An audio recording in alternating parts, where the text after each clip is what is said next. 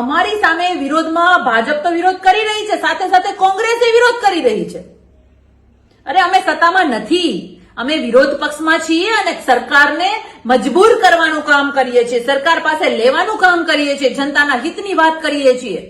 કોંગ્રેસને તો સત્તામાં વિરોધ પક્ષમાં બેસાડી છે, છતાં પણ અમને ગાળો દેવાનું કામ કરે છે. એટલે કોંગ્રેસનું જે સાચું ચિત્ર છે ને એ ગુજરાતની જનતાએ જોઈ લીધું છે. 30 વર્ષથી જોવે છે, 30 વર્ષથી.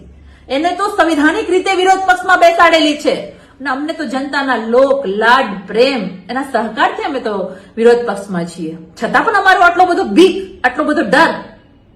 એ વસ્તુ સાબિત કરે છે કે કોંગ્રેસ હવે ખતમ થઈ ગઈ છે.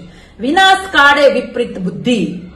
એટલે કોંગ્રેસ સરકારનો વિરોધ કરવાને બદલે અમારો વિરોધ કરે છે. પણ અમને કોઈ ફરક નથી પડતો. અમે ખેડૂત હિતની વાત કરીએ છીએ, અમે ગુજરાતના હિતની વાત કરીએ છીએ, ડંકાના ટોચ ઉપર કરીશું. તમારી ગાળોથી અમને કોઈ ફરક નથી પડતો. તમારું ચરિત્ર, તમારી નીતિ એ ગુજરાતની જનતા જોઈ ચૂકી છે.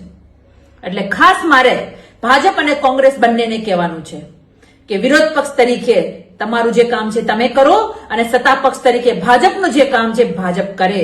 અને ભાજપ પાસે ઉગ્ર આંદોલન કરી અને અમે ખેડૂત હિતની વાત કરાવવા માટે, એને ખેડૂતના હિતમાં નિર્ણય લેવા માટે મજબૂર કરીશું એ વાત ચોક્કસ છે.